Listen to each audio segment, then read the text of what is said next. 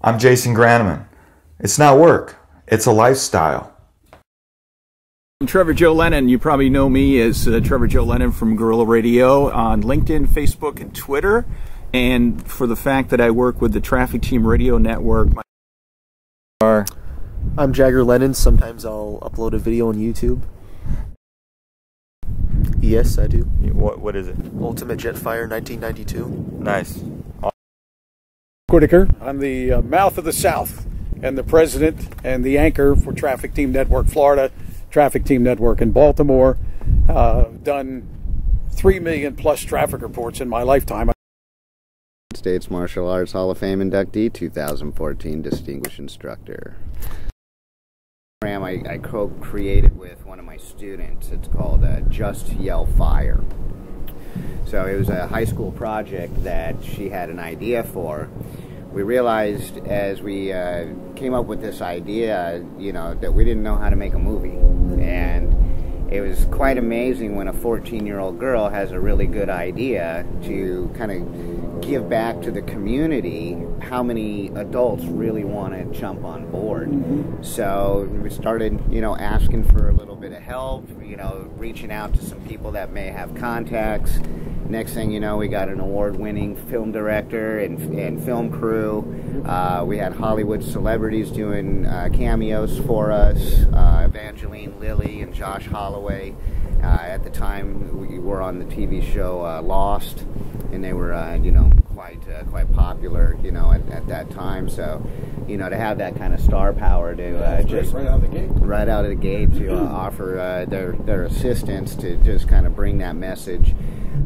We did it all for free. It ended up becoming a 501c3 nonprofit, and it's been seen in 68 countries now, and I can't even tell you how many millions of downloads, at this point. Is it a PSA? What's that? Is it a PSA?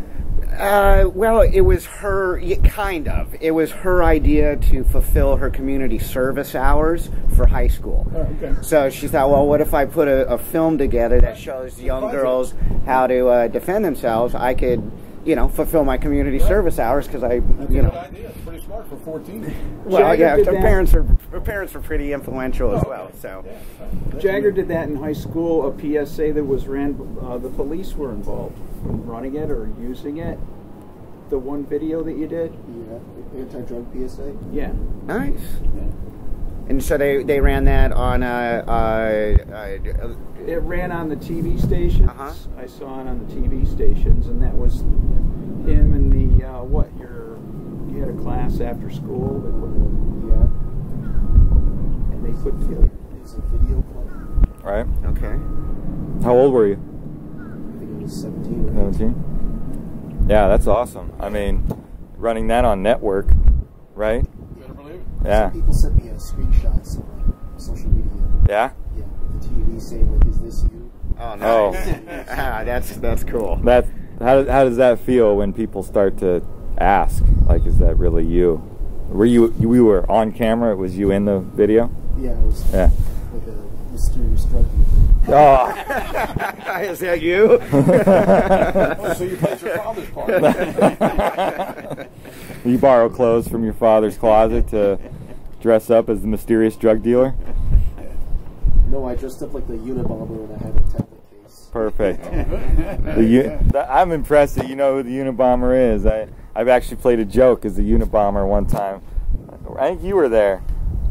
Back in high school. Oh, we did. There's a group of us. We I did walked a lot in. of mischievous stuff back then. Yeah, I walked in. That was when the Unabomber was actually happening, and so I don't know. I tend to wear hoodies. Yeah, I buttoned up, and I walked into the restaurant meeting a bunch of friends. I thought you were there, but maybe you just can't remember.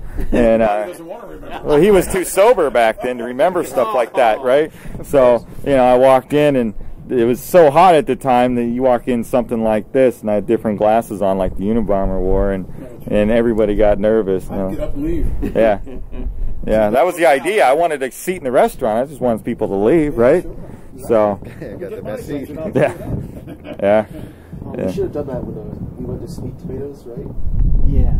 The place was full. We should have done that. Yeah. Now, you take the cliche that's current in the media, you know, dress up like a terrorist, whatever that happens to be, and you can probably clear a room and get a seat real quick. Yeah, of course. Then while you're eating, the SWAT team pulls up. Right. You know. Eat fast. That's the end of the game. Make sure you get your dessert. Yeah, exactly. You're probably going to have a little strip search in about 25 minutes or so, which is all right to some point. You know? Some people enjoy that. Yeah, I was just going to say, not bad if you don't mind. Right. More action than some people get, I guess.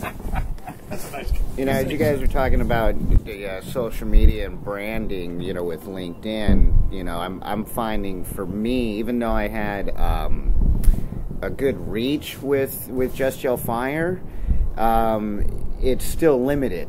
And I'm seeing YouTube as such an incredible platform for somebody like me who can just cut 3-minute videos and get my point across and teach somebody, you know, some poignant information, some good information, and then I'm trying to build that audience.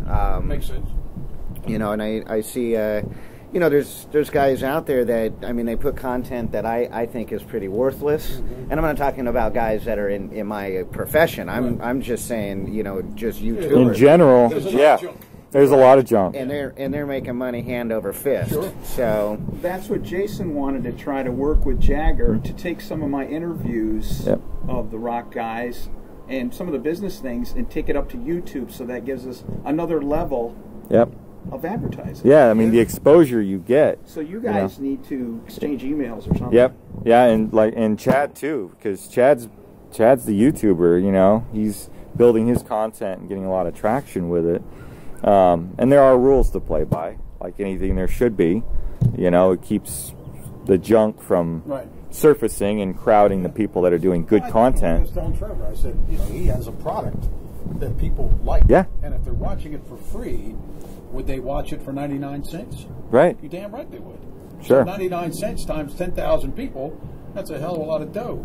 Well, the trick today, too, is, right, with social media, that 99 cents, or that thereof, whatever that represents, is really in advertising. Right. People will want to advertise on your content if it's good, so that, you know, the audience can listen or watch for free. Right. You know, and that's really the basic model. There were some traffic guys years ago, and I haven't followed it up since, that were on Twitter. They were doing a lot of Twitter feeds during traffic time. And they had so many people following that they went to Coke or they went to Pepsi and they said, this traffic report on Twitter is brought to you by Coke. And they did it based on the number of impressions that the guy was getting every day. You know, well, hell, if it came out to be 20 cents, okay, fine. You know, whatever the case may be, his show has a value. That, like you said, all these people that are on the internet watching it now, would they, if they knew suddenly they could get the content for whatever number, would they do it? Yeah, I mean that's the shift, right? Everything's going. It's the same business model that even when radio began in the 40s and they decided to run a commercial on the radio, it's the same business model. All we're doing is, you know, when you shift to social media, it's such a it's kind of a fad. It's a fad topic, but it's a very real lifestyle change. You know, this is now the radio of the 2000s. Exactly, and that's what people have to realize is you have to go where the audience is. You can't control. You know, I talk to a lot of people about the social media topic because it's getting really hot right now, and they, you know, they're like, oh yeah, you're in social media and you help people with, you know, growing their social media. I said, yeah, I do, but you have to understand like why you're doing it. It's because that's where the audience is shifting. You're no longer needing to spend thousands and like we're talking not 5,000. We're talking about TV commercial spots, right? For $100,000 campaign to grab an audience of a few million people. You don't need to go there. Your radio station can grab the same people, have the same impressions for far less capital than the old 100,000 plus model. Same with social media. And when you combine them all, when you're running what's called a campaign through it all, then you're now, you know, you can be anybody. You could be Jagger, talking about Jagger in front of millions of people for literally pennies. If pennies, because it could be just his time invested in it. Whereas before, you know, we were all out of the game unless we had a lot of dough to get in front of the millions, the masses. I mean, you guys hold what, 7 million people, right, a day. So think about, you know, my investment with you guys to grab 7 million people is pennies compared to what I would have had to do even 5-10 years ago. Well, in our case, I mean, like we said before, there's advertising on radio, and there's advertising on radio. Right. A stop set at 2 o'clock in the afternoon where you have 5 commercials in that stop set, you're kind of buried. Yep. But when you hear me come on and say, this morning's traffic is brought to you by Jenkins Hyundai, State Road 200 in Ocala, that 1 minute slot that I'm in contains all the traffic you need to hear to where you're going, and then there's a 40-word commercial at the end. Yeah. There's no tune-out factor. Right. You're not lost in a stop set. You stand alone for that 1 minute. And that's what we're trying to tell people. It doesn't matter then, like I said, if it's Geico, if it's State Farm, could be any national account, could be Subway sandwich shops. Yep. You know, and you change the copy Tuesday at Subway sandwich shops, foot long, you know, tuna sub today, $3. Okay, fine. That's getting people to then react to that particular spot on that particular day. Chuck just said foot long and tuna in the same sentence. Which wasn't trying to be provocative, it's just the way Jason... Well, now you bring up provocative. That's not even what I was talking. But apparently we're going there. I think he was getting hungry for a foot long. I was just getting hungry for a foot long sandwich. Now you want to turn it into this, Chuck. I'm sorry. I thought maybe we fell off into the gutter and I missed something. Oh, you know. no, I never climbed out of the gutter, but yeah, it's more fun down there anyway. I saw Foster Brooks yesterday in a bit that said, the last time he was out with Dean Martin, he said, somebody stepped on my tongue. I said, yeah, you know, that's right, because he always had that impression. He was a drunk, and Dean Martin was supposedly a drunk. And he was sober. Yeah, he was sober. He never was liquored up. Never was, no, but he played the part. He played the part. And that's what people wanted to see, so that's what he gave them. Yeah. Now, Dean Martin, man, one of my all-time favorite movies ever, since I was a kid, it was like the first movie I saw, I was like 6 years old, was Cannonball Run. That's a great one. You know, and I was 6 years old, and I saw the Lamborghini, and I went, yeah, I want one of those. Yeah. So for me, you know, anybody knows me, that car, Ferraris, I mean, I didn't name my son Enzo by accident. Right. So, but at 6 years old, that was the movie that, like, hypnotized me into being into exotics. The St. Pete Grand Prix in St. Petersburg last weekend.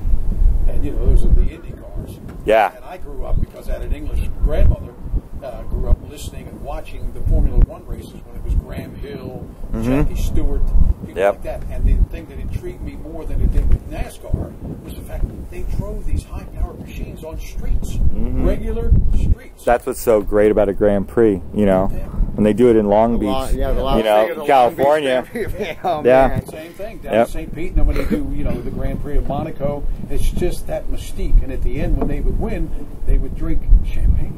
They weren't drinking Budweiser like Richard Petty and those guys, you know. Totally different scene, you know. They got the Pied-Gelais. Yep. And they would be in these open-wheeled cars that, like, you never saw anything like it in your life. And I thought, I always wanted to drive one of those. And that's why I drive, you know, I mean, I have my Mustang with me today, but I have a Vet that I drive, and I love. Well, you're in your 60s, you have to have a Vet. That's kind of. You know, I wanted a Vet from the time I graduated high school, but I couldn't afford the insurance. I could afford the car. Right. The car was $3,400, but I couldn't afford the insurance at 18. Oh, yeah. And I had a 427 big block, 67 Corvette. The insurance was more than the car payment. Yeah. So when I got older, the Corvette I have now is my 5th Corvette. And I love the damn things, but I like that one too. That's a you know, your 5.0 Mustang. Black Mustang's no joke either. Yeah, it's just got a nice sound too. Yeah, the Mustang's got a nice. Just got a. You know, so it's so American. Growing up and seeing all that, it's the same thing. It's just you see that and you think. And I've always been the type, and I'm not sure if you have been as well. I always was the type that I would be sitting at the house when I lived at home and visualizing what I wanted out of what I wanted. And I worked for a living, and I went to school at night and things like that. But I always thought, okay, well, if I do this, I can get that. And if I got older, you think, okay, well, I'd like to have this type of house. You need to work for it. Yep. And you got to have a goal, and if you see that goal, you'll go and get it. So that's interesting, because I do this talk on what I call the salary sickness. So, you know, and I've been a part of very corporate. I'm probably the one guy, I think, you know, Chad, I know your background too, but you've been away from corporate longer than I have. But, you know, the people at this table, none of us are in that corporate world, you know, and some never have been, some of us have, but, you know, the salary sickness, you know, there are some people that love their job, and it fits, you know, salary, I say salary, you know, hourly, whatever, you know, the 9 to 5, whatever that is, but and there are some people who love what they do. That's a necessary part of being in that arena, and they're really good at what they do. And that's not what I'm talking about, you know. But that's the very few, right?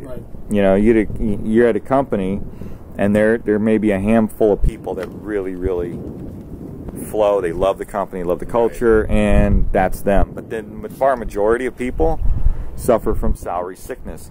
They don't like their job. They feel they have to have the job, not want the job. I found people don't quit companies. They quit bosses. They quit managers. You know, that's what I was telling you about my daughter. Just with her, same thing. You know, that's who they're quitting. They're quitting, and you know, the manager. That's what and I've also found if people are in an environment where either they don't like their job or if there's the potential of losing that job, they'll only work as hard as they need to keep it. And then you don't get a really productive employee. We just had this conversation before you came down. We were talking about companies doing things on the cheap. Right. If you hire people and you're not going to pay them really what you should, that's what you get. You get a guy that puts in 8 hours, but he really works about 5. If that. And he goes home with an attitude. He's cussing you because you have a nice home or a nice car, and he's looking at the fact that, yeah, you might be the boss, but why do you have all this? Well, you have all this because you take all the effort, okay? And I've seen that before. But I always said to the guys, and I worked in corporate and legal, and I would say to the chairman of the company, who was my friend, you're not going to get anything if you're not willing to pay for the right type of talent. You get what you pay for. Well, you know, a lot of CEOs or people in that leadership role, you know, they make more money typically, right? If the business is working right, they make more money than other people in the company, and that's fine. I have no problem with that. But what I have a problem with is those folks want the people working for them to work harder than them. You know?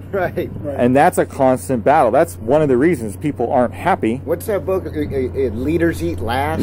Leaders Eat Last by Simon Sinek. Okay, that book is fantastic. I highly recommend Simon Sinek. All of his books are fantastic. I've read all of them. But yeah, leaders eat last. And the philosophy, you know, behind being unhappy in your job is usually because you're not fulfilled. And what does that mean? It means you don't feel like you're doing enough, and you're not getting back anything in return for your efforts. Management believes if I just pay you, then you do the job, and then I want to squeeze more out of you constantly. How can you be, what's the word, more efficient? I like being efficient, but when they won't try to squeeze more efficiency out of employees without giving them more tools or more reward, then they're only going to do the bare minimum to keep their job. Right? What do you call a job, Chad? Just over broke. Just over broke. That's the acronym for it. And it's so true. When you fall into that like salary sickness area, you really are just over broke because you get. They're also afraid if they say anything that management says, well, if you don't like it, there's the door. And that's actually a culture that's bred in corporate. I've seen another great book. It was the Arbinger Institute, Leadership and Self-Deception. I haven't read that yet. It's absolutely. It's done as a story. So, but cool. It's a great book because it really. I think every head of a company, a CEO, a president, anybody in management, you know, should read that because they'll realize that when they self-deceive themselves as being a leader, or that they're more important than the person that you know, the janitor that might be cleaning, you know, the place, and the moment that they think they're better than that person is the moment that they're self-deceived. And when they're self-deceived, they'll elevate their own virtues. They'll They'll inflate the faults of others, and you know, and they'll blame others.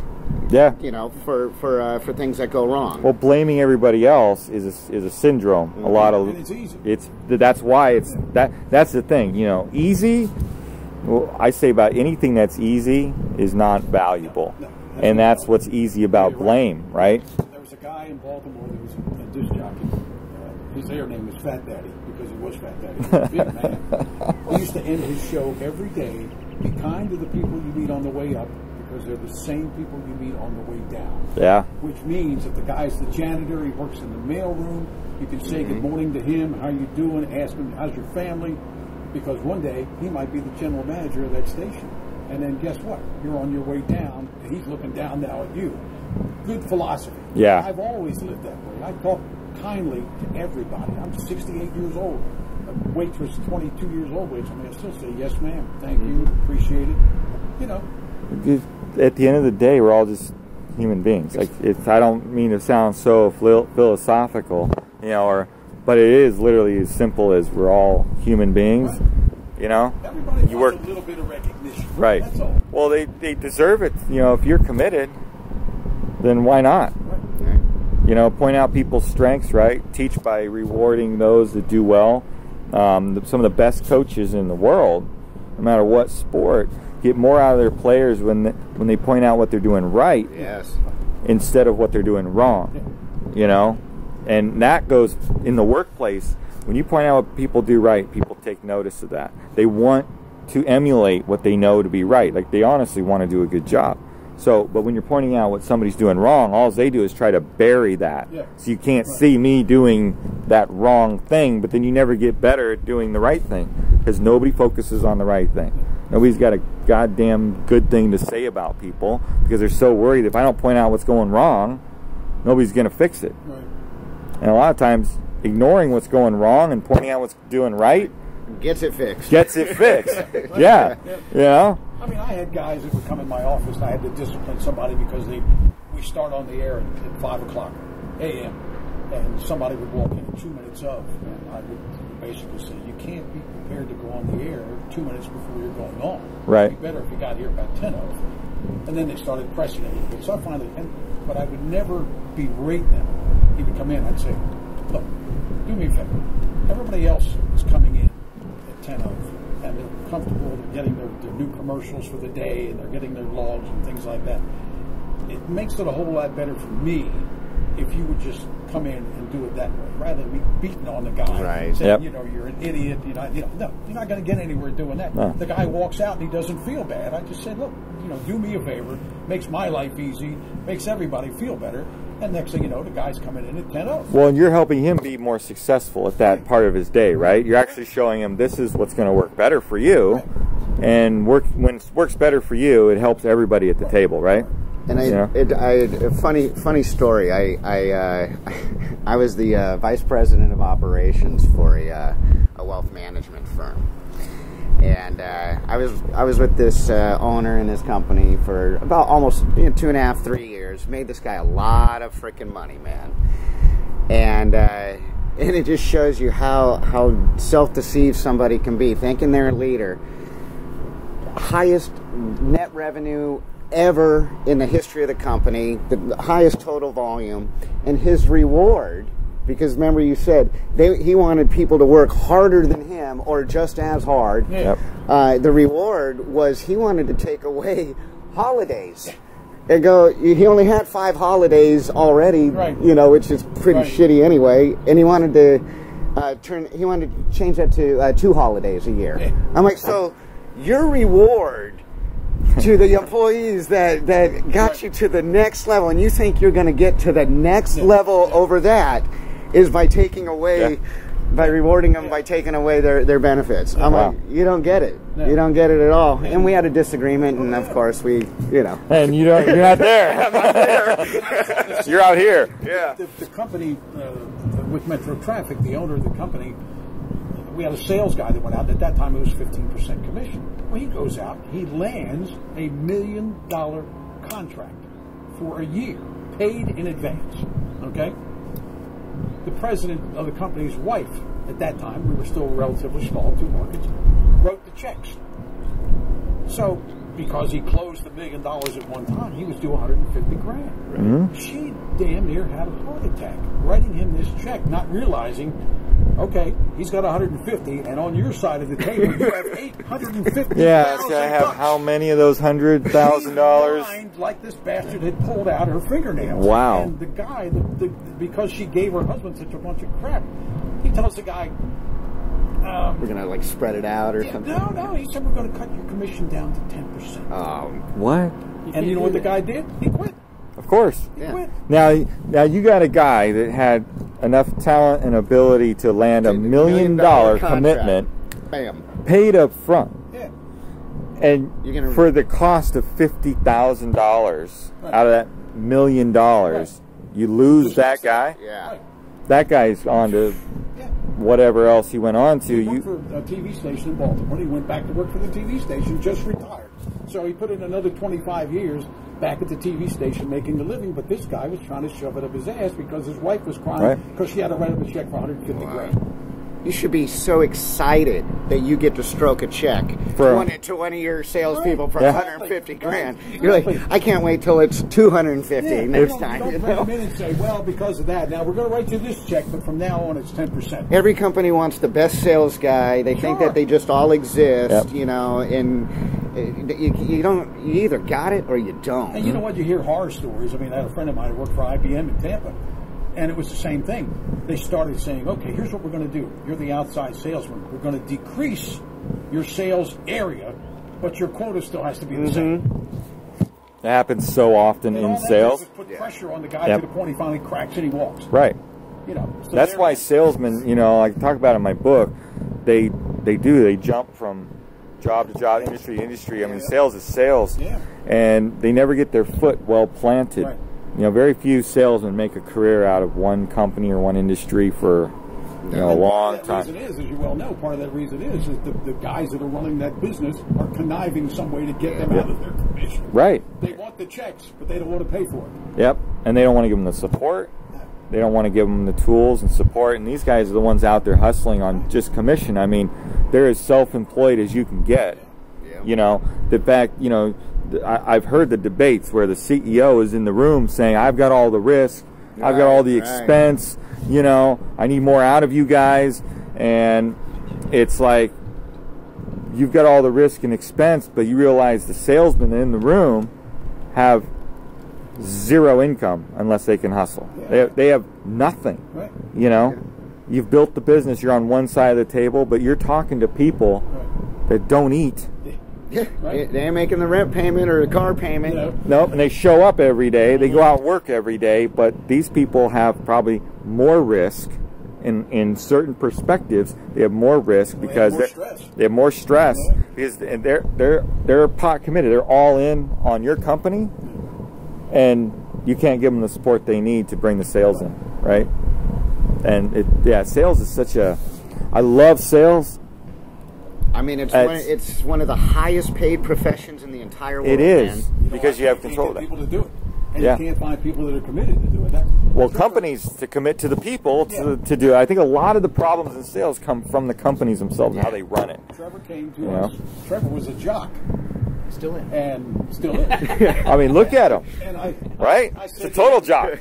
I said to him, can you sell? And he said, I don't know. And I said, well, if you can sell what we have, you'll do okay. But you got to know the product. Well, he knows the product. He knows it inside and out. He knows it as good as I do. So when you're making the pitch, that's half the battle. They can tell you immediately if you don't know what you're talking about. They'll eat you up. Yeah, your customer often knows more about your product than you do. Yeah, they wouldn't be your research. Yeah, they wouldn't be your customer if they didn't. I think I got rolling on this like 6 or 7 years ago, and I was coming from a radio station that didn't appreciate what I was doing.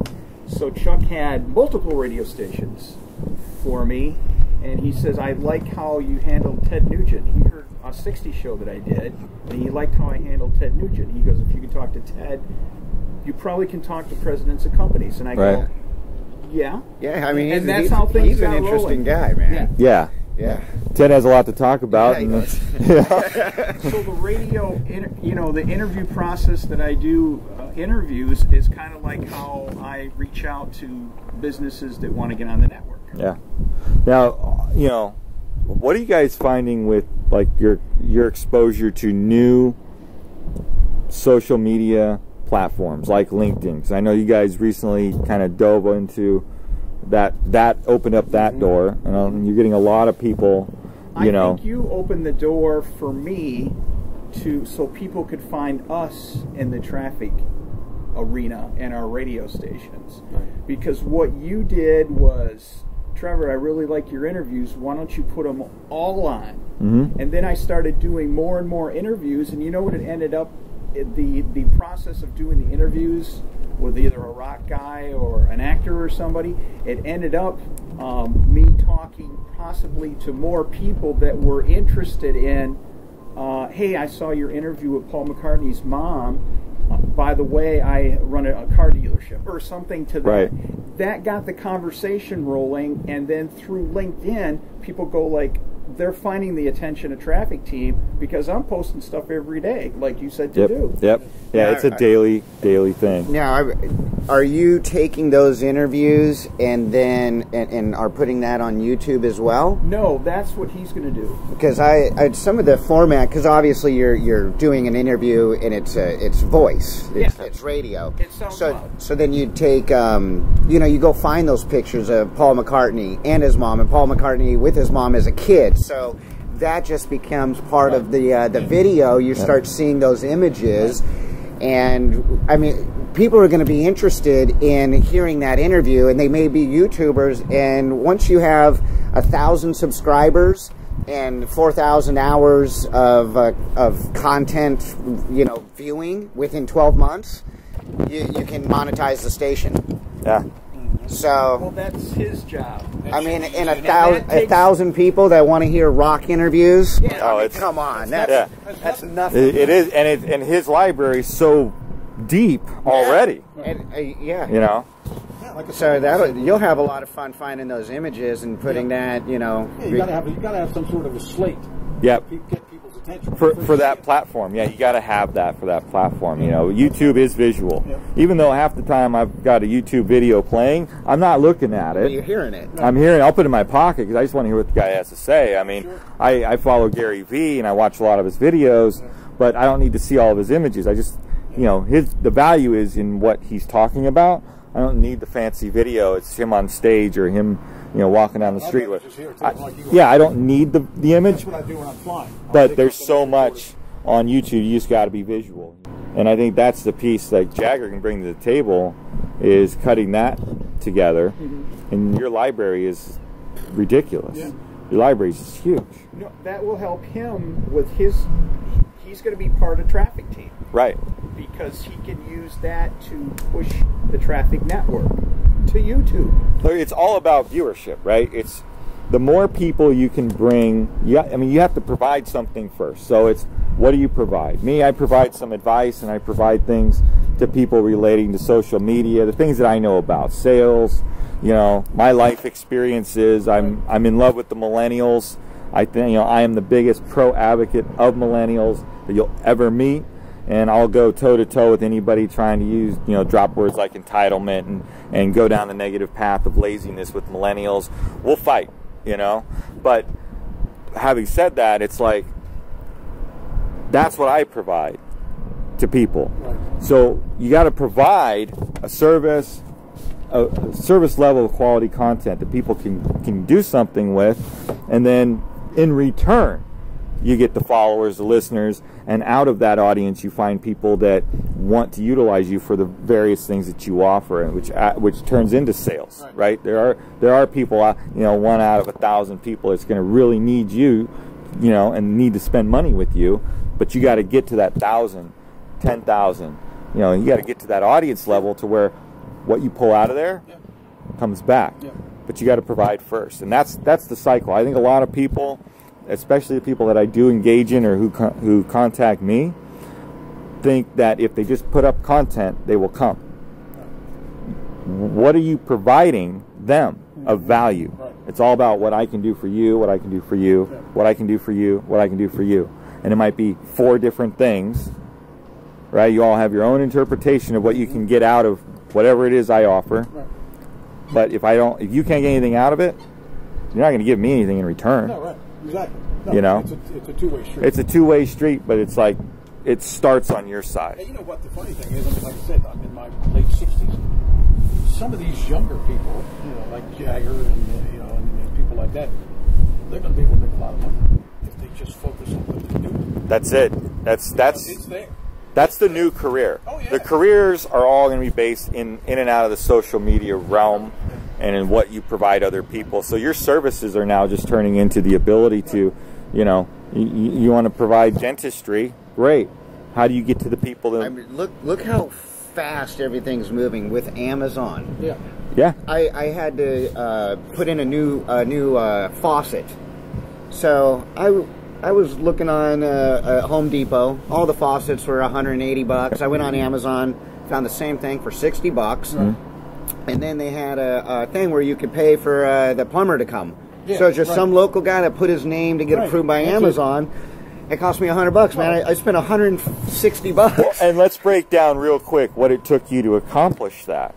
So, how much time did you spend going into Home Depot to look for that faucet?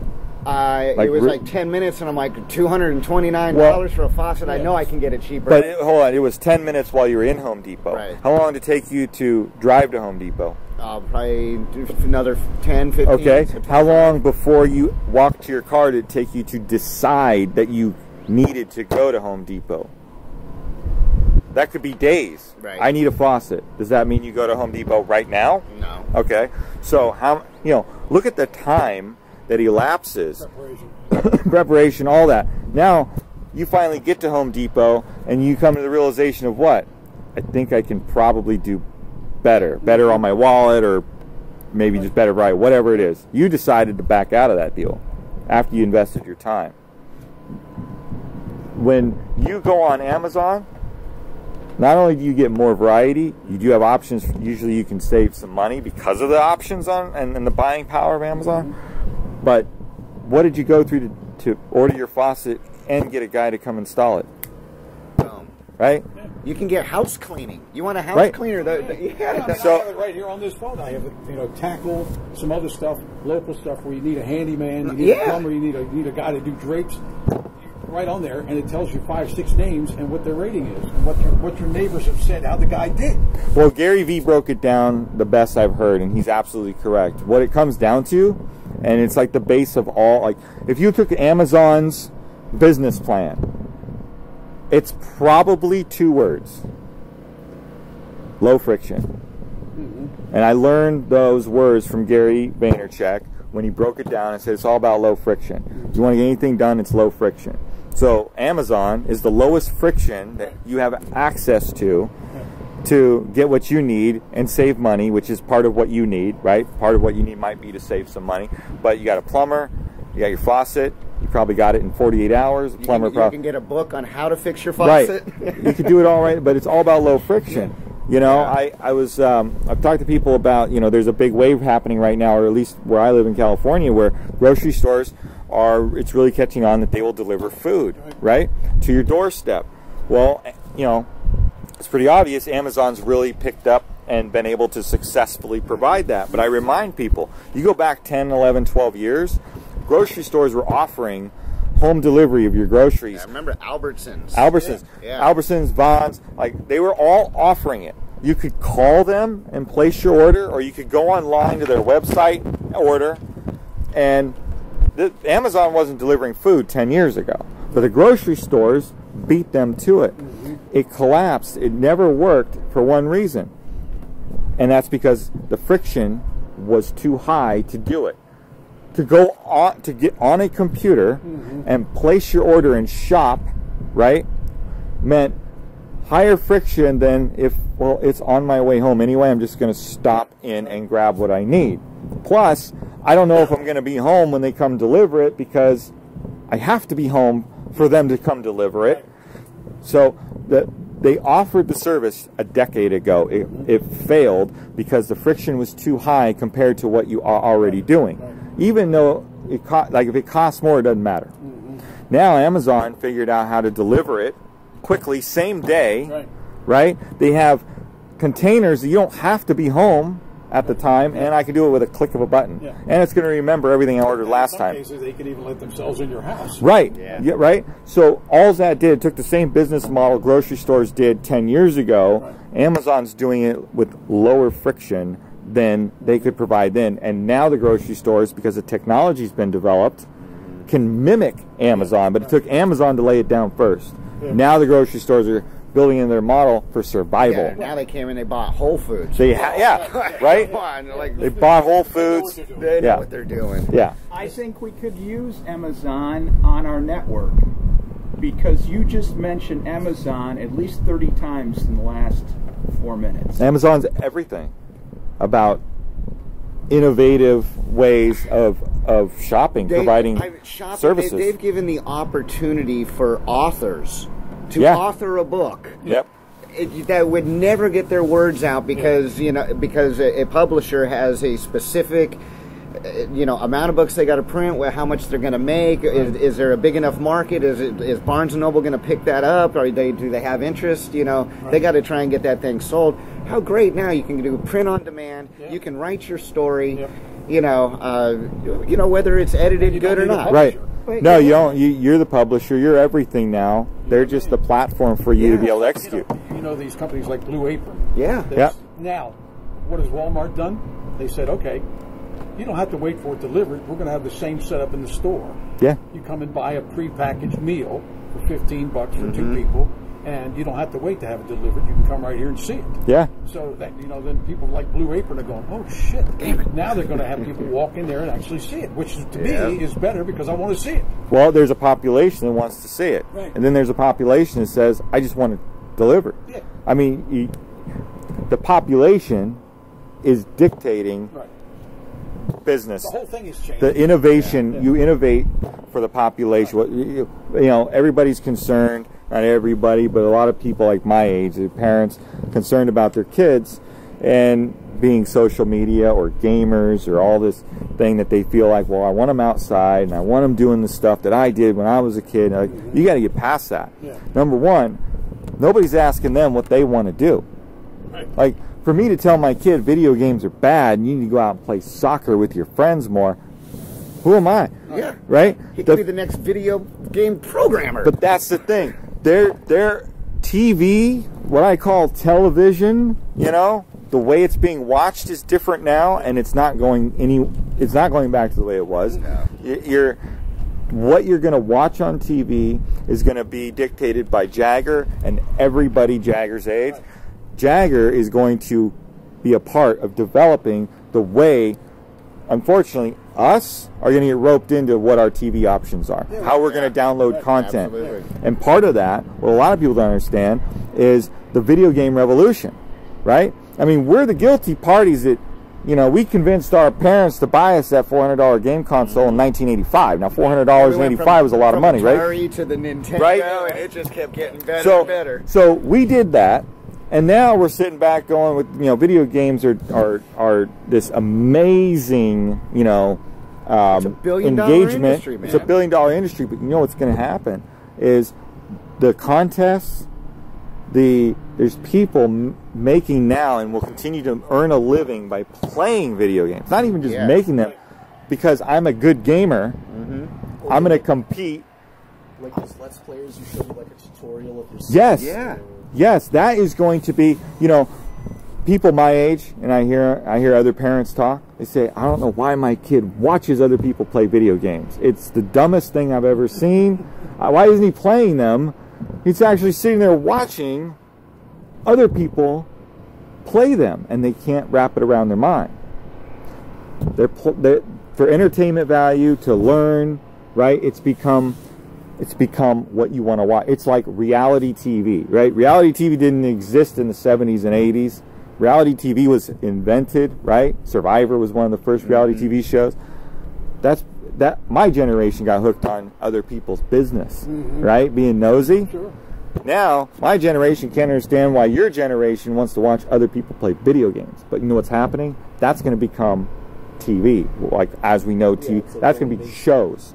That's going to be the future of television, right? To describe it is, let's watch so-and-so play this game, and the next episode, and the next episode, and because I like the way he plays the game, I liked what I learned, it's a whole nother generation's desire. Maybe Jagger and I should record or some of the games we play. Absolutely. And post that up. Absolutely, you should. And then we even can let loose with what we say. Absolutely. There's no reason why you shouldn't, unless you just don't want to. But yes, you should, because there's an audience for it. There's going to be a video game Olympics. Oh, I'm sure. I mean, they're they're already having competition. They're having competition. It's going to evolve in that you're going to take the best of the best and you're going to put them in an arena, maybe a virtual arena, whatever it is, but you're going to want to get them together and you're going to want to award them for being the best.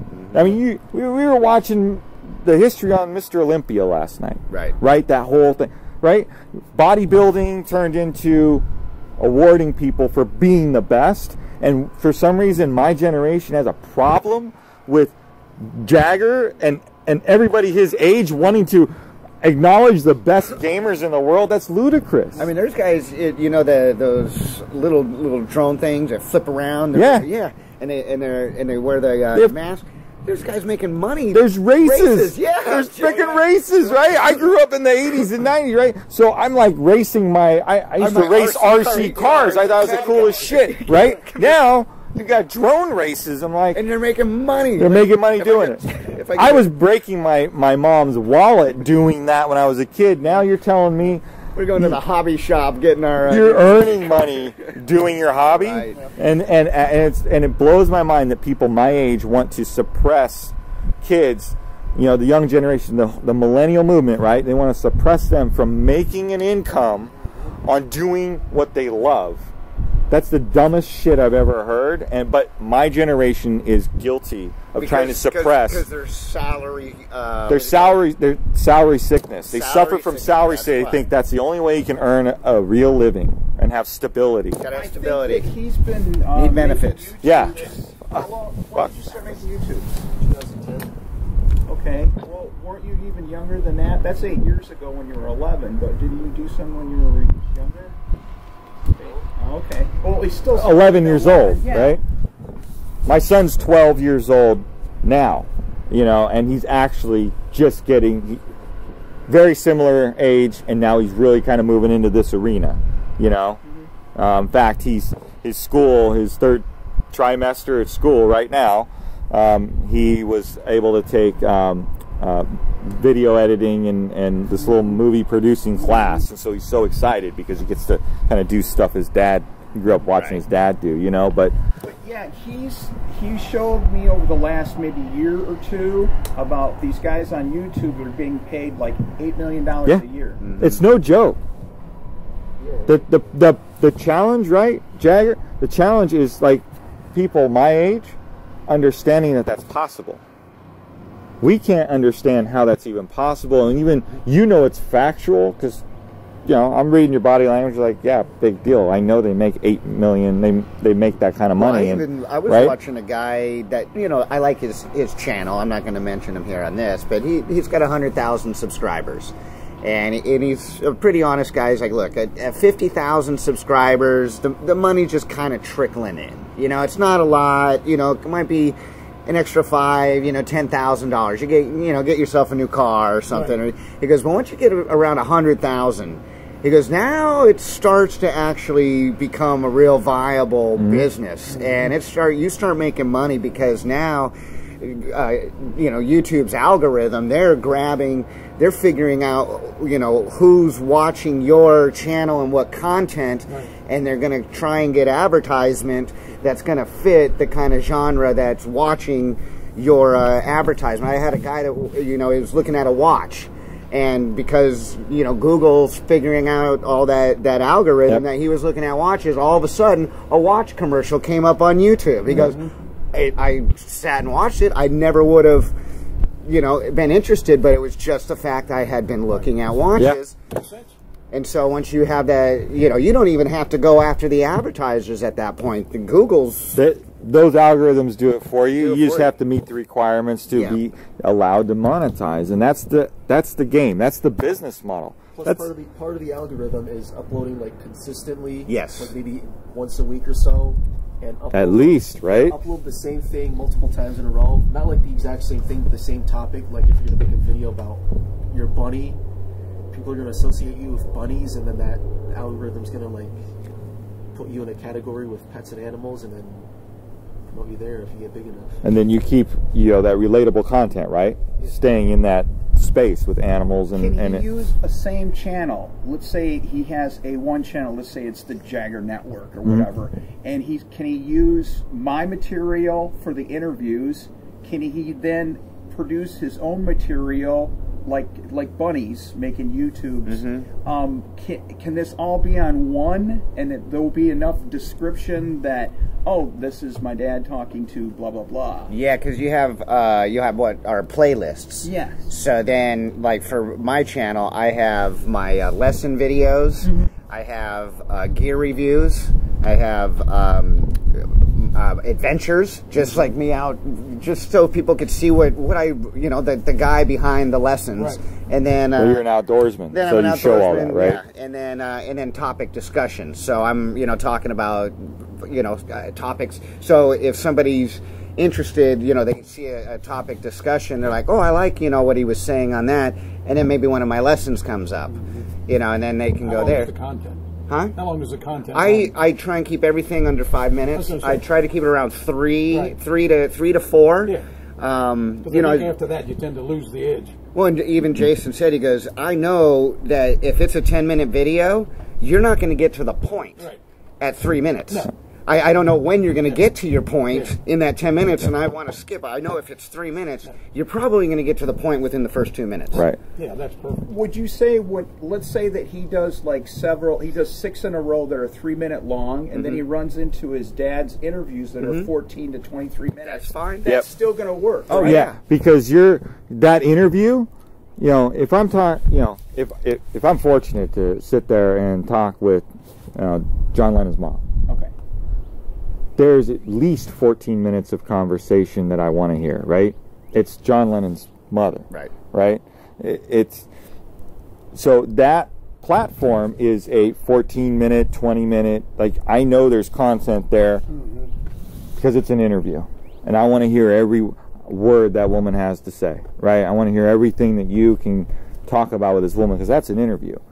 So I think it has more to do with what your platform is for that subject. Interviews, I know your interviews really well, and they all run like from 14 to 23 minutes. Yeah, right. So that's your space, because that's what it takes to cover that person. But then, you know, you get off on, like, you know, he does a lesson video and it's 4 minutes. It's because he's covering something really specific, and he gets from A to Z in 4 minutes without boring me and without making it about him. It's 4 minutes is all about me when I watch his videos. I'm very engaged. John Lennon's mom, I'm going to be engaged for that 22 minutes. 22 minutes, because that's all about you. It's still all about me. I want to hear everything she wants to say. In fact, at the end of the 20 minutes, I might want more. Like, I wish she'd bring her back, right? I want more. So, and that obviously works. And what you do there is you just locked somebody in to 14 minutes of viewership content. You have to get 4,000 hours in 12 months, which is nothing. That's nothing. I had like 3,000 hours in 28 days. Right. Yeah. And so you'll get the viewership content, or the you know, them watching, and if you get them locked in for 23 minutes. Yeah. Yeah. I mean, and then you want to play video games, so which he's going to know even better than me. That's not my arena. My son knows more about it. He's 12, so I go to him, you know, for information. But he's going to know what size, length, and depth of those videos are going to need to be to apply to the audience that's going to be interested. I don't even have the answer to that, but I know you do. Yeah, you know, like 8 minutes or 10 minutes, right? Or less. Yeah, like 10 to 15 usually. Yeah. So you know, and then you know based on the game that you're playing and the where the good content falls into that 10, 15 minutes, you know. He got me Jason, and then he got me. We're playing like Mortal Kombat. Yeah, Mortal Kombat. Oh, and that's I got something like that. something I can know, I can understand. No, okay, well he got me Jason, and then he got me the chainsaw guy from Texas Chainsaw Massacre. Yeah. Oh yeah. That guy. So those are my Leatherface. Those are Leatherface. those are my power. That's awesome. Yeah. Those are my guys on the point. So I would probably watch that. I know my son would watch your YouTube videos about the video games. Like, he's your audience. He watches that all the time. He learns from it. He learns how to do things he didn't know how to do. He learns about other games, whether or not they're crap or whether they're good. Codes. The secrets, right? Yeah. That's so you can play the game better. Would it help? Is just coming right on up the line. Right. Coming right at you. Would it help that he's like Jaggers playing his dad? You know him from this interview. Yeah. Why not? And post, would that be something we would post in there? You can. You can. Yeah, we could do like an end link video. Right. Like, if you liked this content, you might want to check this out. Bingo. And then you list the content links right down the description. This kid knows. You know? And it's brought to you by the Traffic Team Radio and TV Network. Yeah, of course. You know, slide in his plug, right? Which makes Daddy smile. Right. Which is fine.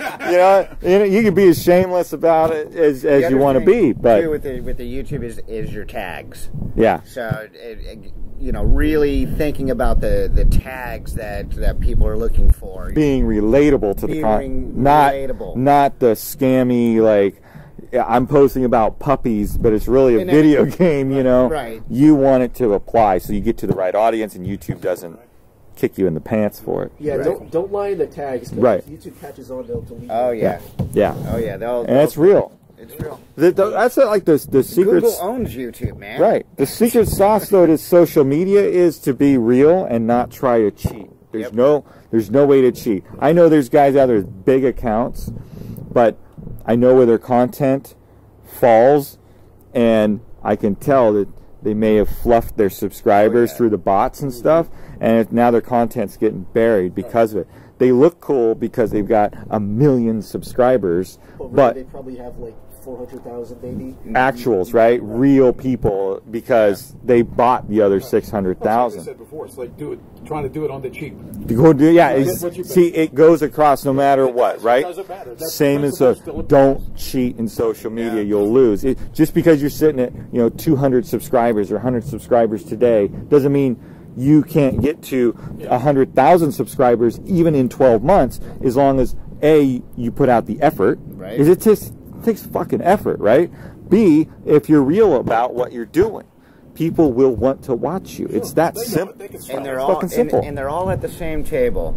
Yeah. YouTube, Twitter, Facebook, they're all in the same bed together. So when you go and you buy yourself 20,000 likes on your Facebook page, and they all came out of Pakistan and Uruguay,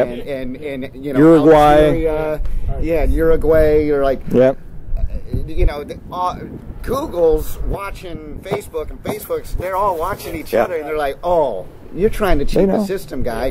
Bam! Yep. We're going to throw you 10 pages back on Google. Which, to be honest, I have no problem with that algorithm regulations, because it keeps the people that are doing it real at the top, and it gives people, right, like somebody starting out, it gives them an actual shot. Yes. So if they do it right, they get there, right? Your effort won't be wasted. And the old school saying, if it was easy, everybody would do it. Yeah, that's it. It's not easy. It's nothing, what you put into it. Nothing easy is worth it. No. And this isn't easy, but it's simple. Yeah. Like, simplicity works. It's not hard. No. It's not hard. It's simple, but it takes effort. Right. You've got to have it planned out step by step. Yep. And I think that's it. We did good. Yeah. Yeah. You got time to go eat? Yeah, of course. Where can we go? I mean, there's plenty of places up here on 50. Don't say Subway. First inspirational thing that comes to your mind. Go. Absorb what is useful, reject what is useless, and add what is essentially your own. Awesome. I love it. Whitaker. Right. Chuck, first inspirational thing that comes to your mind. Go. My grandmother told me, and I've read this in many places, if you love what you do, you never work a day in your life.